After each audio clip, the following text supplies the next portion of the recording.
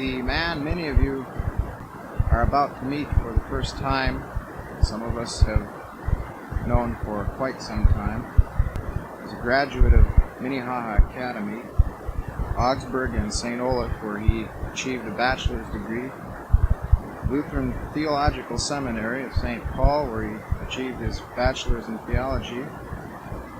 He also attended Lutheran Bible Institute and Union Theological Seminary for his graduate work.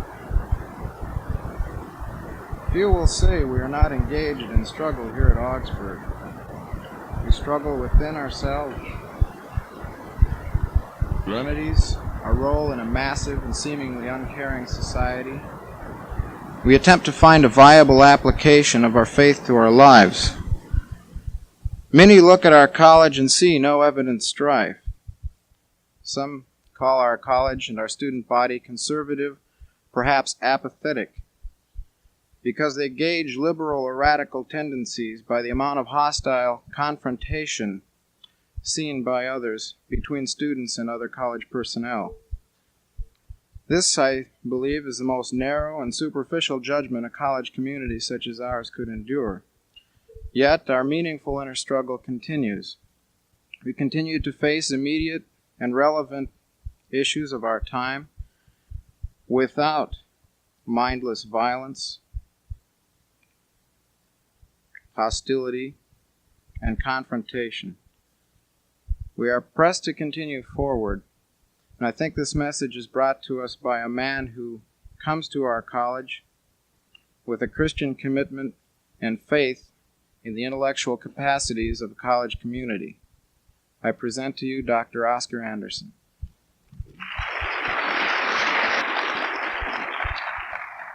Thank you very much, Ron. Members of the Augsburg community, I want to say that I have really learned to appreciate the person whom this student body elected to be its leader for this year. I suppose that not always do you have the opportunity to get as close to a person as Ron and I have had the opportunity to be together, because we traveled with the two members of the faculty to the Campus 70 conference at St. Mary's College in South Bend, Indiana in June. And I think that week together gave us an opportunity to understand each other, to appreciate each other, and to get insight into one another's problems. And so I am grateful this morning that the Convocation Committee requested that the president of the Student Society, Ron Whitebrecht, be the one to introduce this convocation. I noticed that the Convocation Committee has become concerned about the speaker and provided him with a couple of glasses and some water. I assure you that I am not going to need that. It reminds me of a pastor friend of mine whose son became a submarine commander. And that submarine commander said that he was successful in his business because his father had been a minister. From him he had learned to go down deeper, stay under longer, and come up drier than would otherwise have been the case. I want to say a word before I begin my message to you about our convocations. I think that we ought to stress more than we do this dimension of our opportunity here at Augsburg. And this year, I think the Convocation Committee, aside from the opening convocation, has planned something very significant for our college community. They see several tracks, hopefully to appeal to all of us and to give us a variety. There will be those college convocations which provide exposure for individuals and groups within our own community. There will be an important series on an urban focus on the dimensions of the urban problem and the possibilities of metropolitan development. And then there will be also some evening convocations of a more artistic nature. And I hope that we can get it across this year that these are not only worth attending, but that to absent yourself from these things is to rob yourself of something that you yourself are paying for, because these things can be expensive.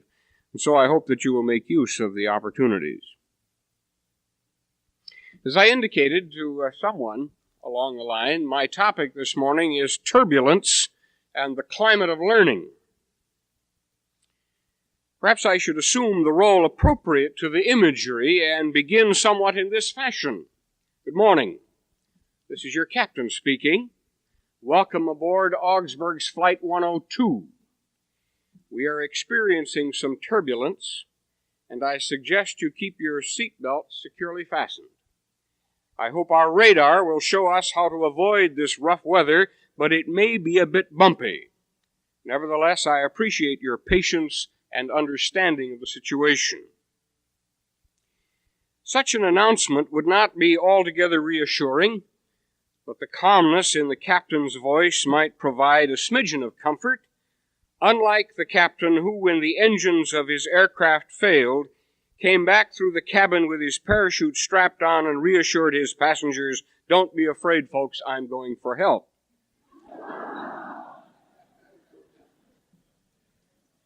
The analogy of turbulent climatic conditions, when referring to these somewhat troublous times in which colleges are attempting to navigate the educational skies, is not unappropriate in the light of the term climate of learning, which has been employed a great deal in recent years to describe what colleges such as Augsburg must attempt to provide for those who seek out the institution's offerings. As higher education moves, as I believe it should, toward the prime consideration of student development, in other words, person-centeredness, in contrast to prescribed programs and professional preparation, it must be concerned with those conditions of climate which are essential for such growth. Our task, it seems to me, at Augsburg is to maximize conditions for personal growth and development in the belief that each person has a divine birthright to become all that his potential makes it possible for him to become. There's a great deal of discussion these days about college curricula and calendars, courses and cooperative programs, all of which are important. But these will mean nothing if the conditions for learning are not conducive to the self-realization of each one of you students. The mistake which has too often been made in education in recent years has been to substitute structures for sunlight, academic requirements for atmosphere, arid verbalization for mental stimulation, and time spent for the temperate conditions which are essential for the growth of people. Though it may sound a bit manipulative, there is such a thing as climate control, which in this case means a conscious effort to shape the policies and programs of the institution so as to stimulate and enhance personal growth and genuine learning. In this kind of setting, I believe learning must be defined as the development of skills necessary to live enjoyably, to think clearly, to relate honestly, and to serve effectively. Such growth is not to be confused, as is sometimes the case, with advancement in conformity, either to culture or counterculture. Merely to become more and more conformed to one segment of society or the other, be it barbered or bearded, is not an indication of personal growth. I must ask myself, as I ask you, does Augsburg provide a good climate for such learning as we have defined it? Despite catalog rhetoric, does Augsburg provide, to use Rollo May's term, an intentionality, an invariable tilt toward constant encouragement of one's inner expansion of mind and spirit? I suppose to answer that question, one must ask what such a so-called good climate might be.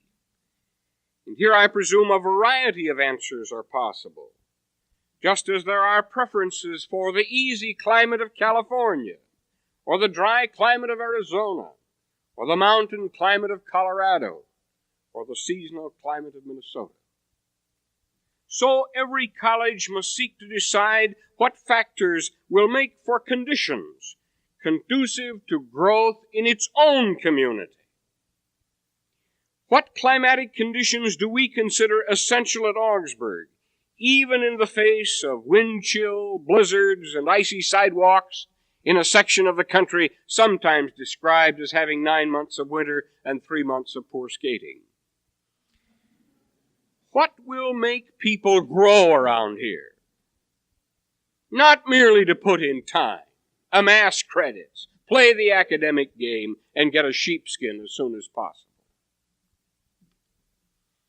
I would suggest 5 factors essential to a growth climate for learning, which I believe Augsburg must seek to provide every person who has accepted the invitation to buy into its community. And I use the word buy advisedly, tuition being what it is. The first condition, responsible freedom. The freedom to teach, the freedom to learn, the freedom to ask all the fundamental questions, including those of ultimate meaning. Freedom exercised in response to one's regard for others and for one's own true welfare. We deem this to be essential. As imperfect human beings, this involves us in a high degree of risk and the acknowledgement that we have not yet achieved the full exercise of either our freedom or our responsibilities. For example, we are still not quite willing to set the student free to construct fully his own academic program. I hope we can move in that direction. Likewise, students and faculty can be notoriously unmindful of the rights, prerogatives, and property of others in a selfish and irresponsible pursuit of personal whims and desires. Responsible freedom, nevertheless, remains absolutely basic to the climate of learning. Responsible freedom is the first prerequisite, but always the first casualty. If liberty becomes license, for then not only is freedom forfeited, but repression takes the place of responsibility. The second condition, full exposure to ideas and experiences in what I sometimes call a total educational experience. Persons learn by thinking, and they learn by doing. The faculty and the facilities, the campus and the community, the library and the laboratory, these are inseparable. To the extent that a college provides wide opportunity for lively participation in both reflection and action, to that extent will healthy personal growth be encouraged. We believe Augsburg is in a splendid position to offer just such a double-edged opportunity, given our competent faculty, our learning resources, and our metropolitan location. The third condition, genuine human relationships. We learn and we grow in the context of other people. Teachers who know us by name. Peers who challenge our ideas. friends who share our pursuits, even antagonists who oppose our positions. There are those who may disagree with me, but I believe our first concern for you students must be as persons with whom we can relate, before you are scholars whom we can instruct. One of my great fears in this fragmentized, overly busy, sell and bell kind of education we carry on is that we miss each other completely. I realize we can't get to know everybody, but one can learn to know somebody. So we press for a multiplication of those get together, live together, work together, talk together situations that are conducive to interpersonal growth and learning. Let's assume that everybody on this campus is worth knowing. The fourth condition, an added dimension to the previous one, sensitivity to the needs and aspirations of humanity. It has been suggested that we are entering a new dark ages, and that institutions like Augsburg may have to adopt a kind of monastic model in order to serve and to survive. May I remind you that while the medieval monasteries kept the light of scholarship and art alive, they never became removed from the problems and plagues of the populace about them. Wisdom and mercy are never divorced. And this is why the concern for the gigantic human issues of our time, be they war and peace, pollution and population, racism and women's liberation, must surround all our academic pursuits. Granted, we cannot solve these problems here. And to grow people toward greater ability for the discovery of social, political, and technical solutions is our present task. But that growth has greater meaning when it is related now to pressing human conditions which call for sound and sympathetic attitudes, as well as effective and appropriate action. The fifth condition, a sense of purpose. Growth for growth's sake is monstrous. Growth for the sake of fruit is meaningful. And here is where the necessity of education for service becomes so very important. If education is for education's sake, it breeds snobbishness, elitism, and corruption in society. If education is seen as a means toward serving the true good of mankind and society, it becomes a life-giving river and not a brackish slough. You have decided what college. Are you clear in your heart why college? And it is our conviction that this is but the surface of a deeper conviction, why live? But what is all this talk about the climate of learning? About responsible freedom, full exposure, genuine relationships, social awareness, and a sense of purpose, when the climate of learning has been invaded and disrupted by a turbulence which threatens disaster to the whole enterprise, particularly to this kind of a privately sponsored college. Tornado, cyclone, hurricane, typhoon, call it what you will. All of them have been in the news this last week. But the weather conditions for education at the beginning of this school year are dismaying, to say the least. The front page of the Higher Educational Chronicle for last week was a pretty good barometer. Listen to the headlines on the front page. Financial crisis worsens for colleges. Some close, many show deficits. Small colleges face shortage of students. Some students will take up guns. Panel on campus unrest is told. Presidents prepare for disorders. Seek ways to keep campuses open. Now, turbulence has characterized conditions faced by education in previous years. Conflict among supporting groups, assaults on school administrators. Interesting article in a recent issue of American Heritage just on that point. Destructive demonstrations, disruption and dissent, depression and war have all been weathered before by colleges and universities.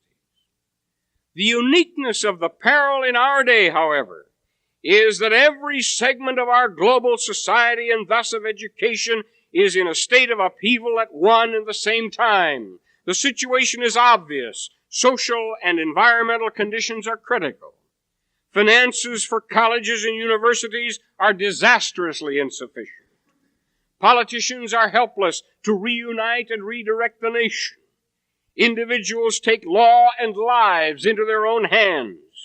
The educational system is in a paralyzed disarray, and the spiritual cohesiveness which once provided some binding power in our culture has disappeared.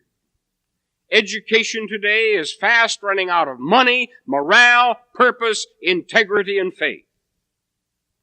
Destructive winds are increasing, the barometer is falling, and the storm warnings are out.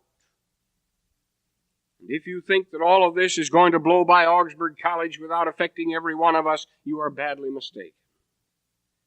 The distinct possibility exists that during the next decade, Augsburg may be grounded for good and thus cease to exist, along with a host of other similar institutions. Understand me. I am saying that as long as this turbulence exists, the possibility for demise exists. The conditions are that serious. And they will be even more hopeless if some irresponsible persons or groups should hijack the college for their own selfish ends. I'm telling you this not to be dramatic in the apocalyptic mood of our time, we're going down, Mayday, Mayday, or to indulge in an administrator's Jeremiad, but to describe the situation as the captain sees it, and to advise you under the circumstances of the conditions for survival. You see, I believe in Augsburg College because I believe it has a unique and valuable educational mission to perform. It has at its disposal a rare combination of assets which validate your decision to come here for your college career. But you should know that the craft we ride is a small and a fragile one. It cannot weather serious or prolonged assault either from within or from without. And we are all in it together. Students, faculty, staff, administrators, regents, all share this exposure to peril and all share the responsibility for our survival. I could not be more serious. It will take every man and jack of us to do it. And what are these conditions for survival, given these turbulent situations? I believe they include at least the following. 1, courageous recognition of the unsettled conditions of our day. We live in a revolutionary era, and our lives in colleges are bound to be affected. We cannot be at ease in Zion. Differences will appear and must be allowed. Dissent will arise and must be recognized. Dialogue will take place and must be encouraged. But this community must know that rabid intolerance, refusal of the right to be heard on both sides of an issue, denial of the rights of others, disruption of the life of the institution, unsupportable demands, and the destruction of property will result in irreparable damage to the college and seriously threaten its already tenuous existence. If it becomes necessary to take strong measures for the preservation of this academic aircraft, they will be taken in order to protect the lives and welfare of all on board. 2, avoidance of serious confrontations by sensibly and sensitively seeking avenues which lead to reasonable solutions. There are many changes here that ought to take place, and there are legitimate ways to effect change at Augsburg. The early and consistent use of these avenues, whether in student life, educational policy, or fiscal matters, must be encouraged. But we will have to manage the trick of pressure and patience at the same time. 3.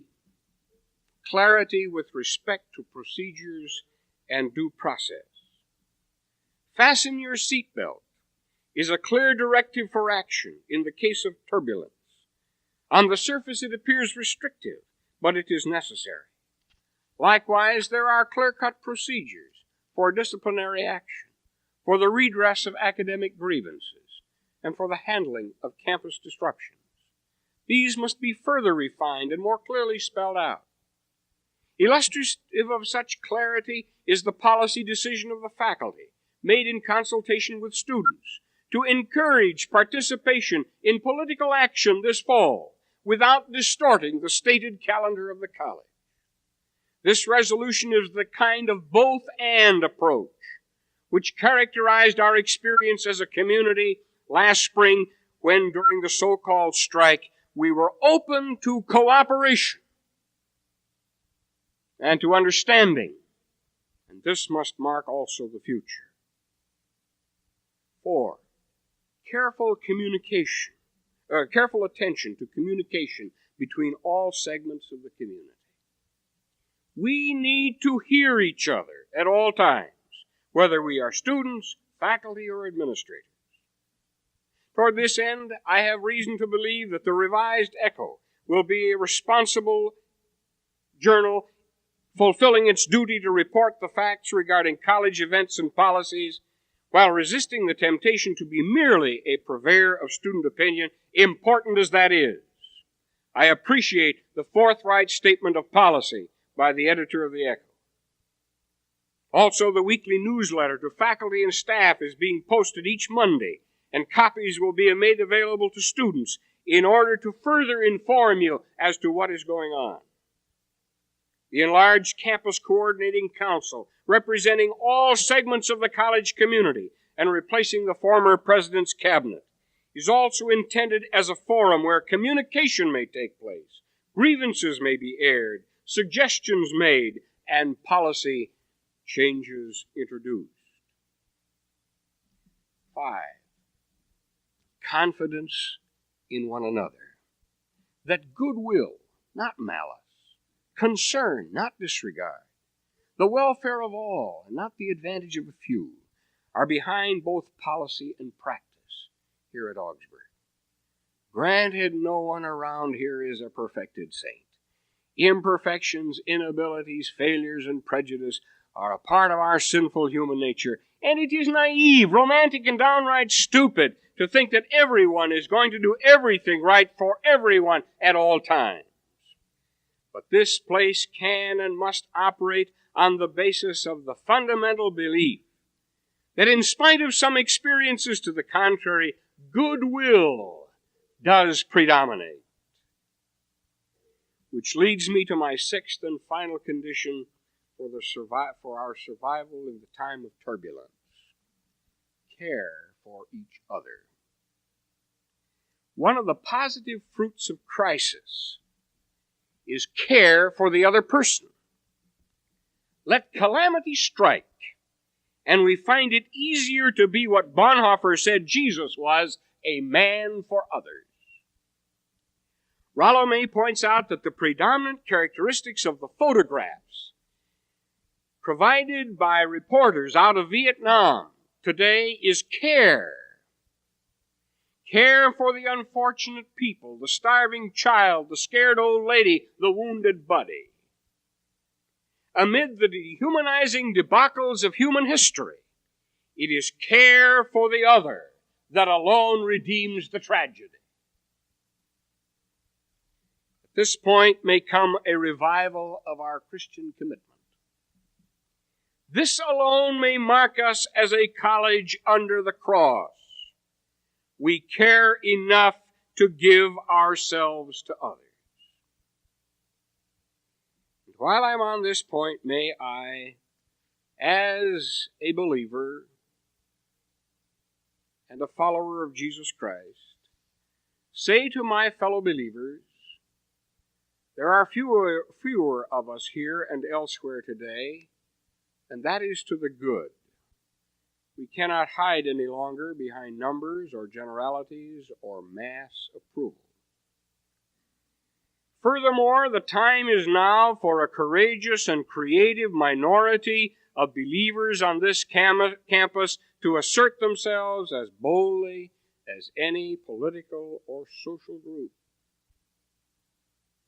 The making of new disciples must again be our chief business, those of us who are believers, not by argument or coercion, but by the force of a consistent testimony of loving concern for all persons on this campus.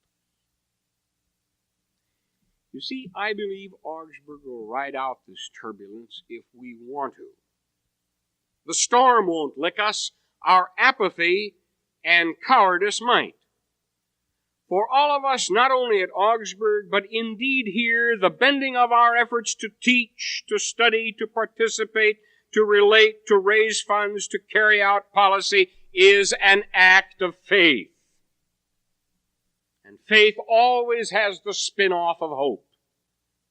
To be without faith, which means essentially to be without God, is to be without hope in this world, says the apostle. But we do not give up hope, for we believe God has not given up on us. He said so once for all in the person of Jesus Christ. And so in faith, with the spin-off of hope, we plan for the future of this institution. We go out to raise an extra $305,000 this year, primarily for student financial aid. We go about the study of possible calendar changes which may introduce the 414 to this institution. We continue our investigation for possible expansion of housing opportunities on the campus. We plan through the appointment of a building committee for the new Humanities and Fine Arts building. We seek to improve campus conditions, even to pave some more parking lots.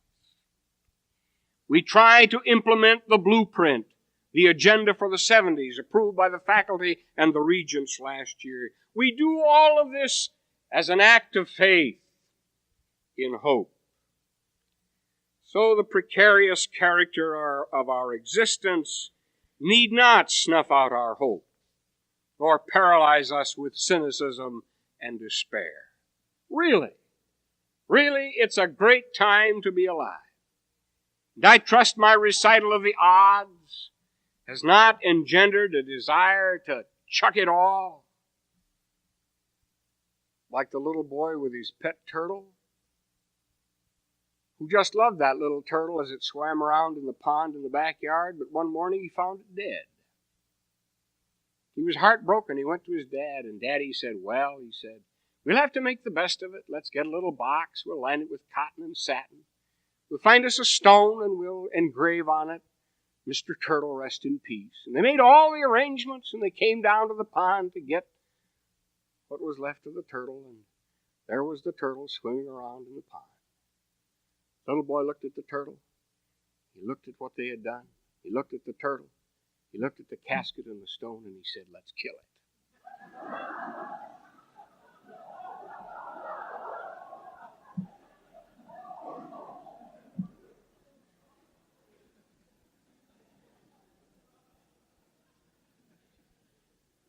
No, let's not kill it.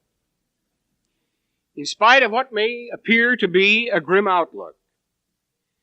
For if by the grace of God toward us, we can ride out the present turbulence, we will arrive at a new appreciation of the calmer climate of learning. For turbulence is usually a weather front, signaling the arrival of more temperate conditions. We will have formed and forged new relationships in the fires of our shared peril. And we will discover new approaches to learning that will make education an even more happy and rewarding process. But most important of all, we will, by painful but courageous endurance, have become more mature persons. In the meantime, keep your seat belts fastened. Thank you.